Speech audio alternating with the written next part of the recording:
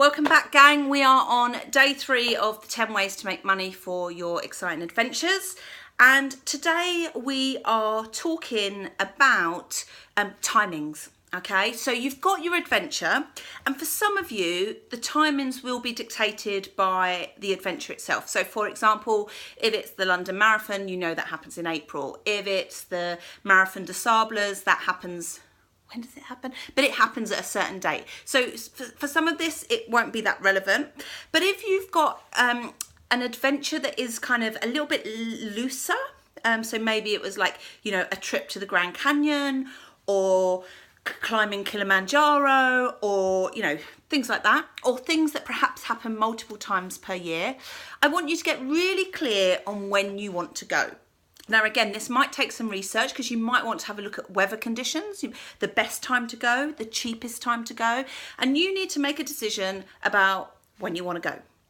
Not only do you need to make a decision, you need to schedule it in your diary. Okay, you need to, if you've got a paper diary, block it out. Okay, if you've got a digital diary, put it in your digital diary. Now, why do I get you to do this? Because let's, for example, you know, if you work, if you kind of, you know, have an employer, you're going to have to book holiday, right? You are going to have to make sure it doesn't clash with kind of work commitments, family commitments and stuff like that. And it just makes sense to really kind of commit to the idea that this is going to happen. One way or another, we're going to make this happen. Because there's no point in all of a sudden you get the money to do it and you can't go because you haven't booked time off work. Yeah, so I want you to get really, really clear over the timings and kind of convince yourself that this is going to happen. Start talking to people and go, yeah, sorry, can't work that week in July because I'm going to be climbing Kilimanjaro. You know, get really clear on the timings because it is going to happen. Now, what else? I want you to be realistic. I want you to be realistic about kind of when you might go. So if it's a fitness-based trip, so say a marathon, for example, you are going to have to train. So there's no point in going, you know, I'm going to run the London Marathon, which just happens to be in kind of 3 weeks' time, because that's not realistic. But I also need you to be open to things happening. And I'll give you an example. So, you know, I do run. I am, you know, I'm not the world's worst runner, you know, but I'm definitely not the world's best. And, you know, even with very little training, I can pretty much knock out a kind of 10K, maybe 10 miles, you know, anyway, you know, so I don't always have to do an awful lot of training in advance of a race, but within reason. And I can remember it was around this time last year that somebody, a PR company phoned me up and they said, oh, the tourism board in Israel are looking for some influencers to come out to run the Jerusalem Marathon.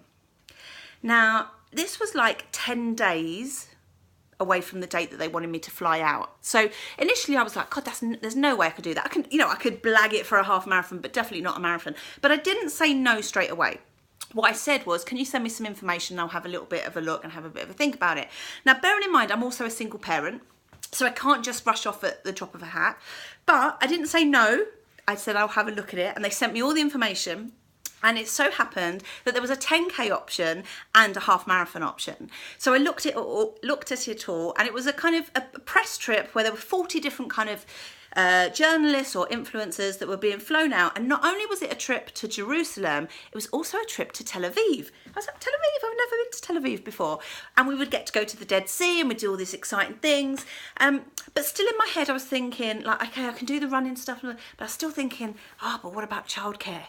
I still didn't say no. What I did was I phoned around, and my sister, who happened to be the first person that I phoned, said, Jen, I've got this really exciting thing, but I don't have any childcare. And she said, do it. She said, get on the phone, tell them you can do it, I'll have Rose. And that is exactly what happened. So the moral of that story is to be open-minded, because these things could drop in your lap at any given moment and you have to be up for adventure, okay? So as part of the social media challenge, I want you to post your date in social media. You can make it as a graphic, write it on a post-it note, don't really care. Just, I want you to tell me when you're going. I want to know when you're going. And that's it. So we'll be back tomorrow for day 4.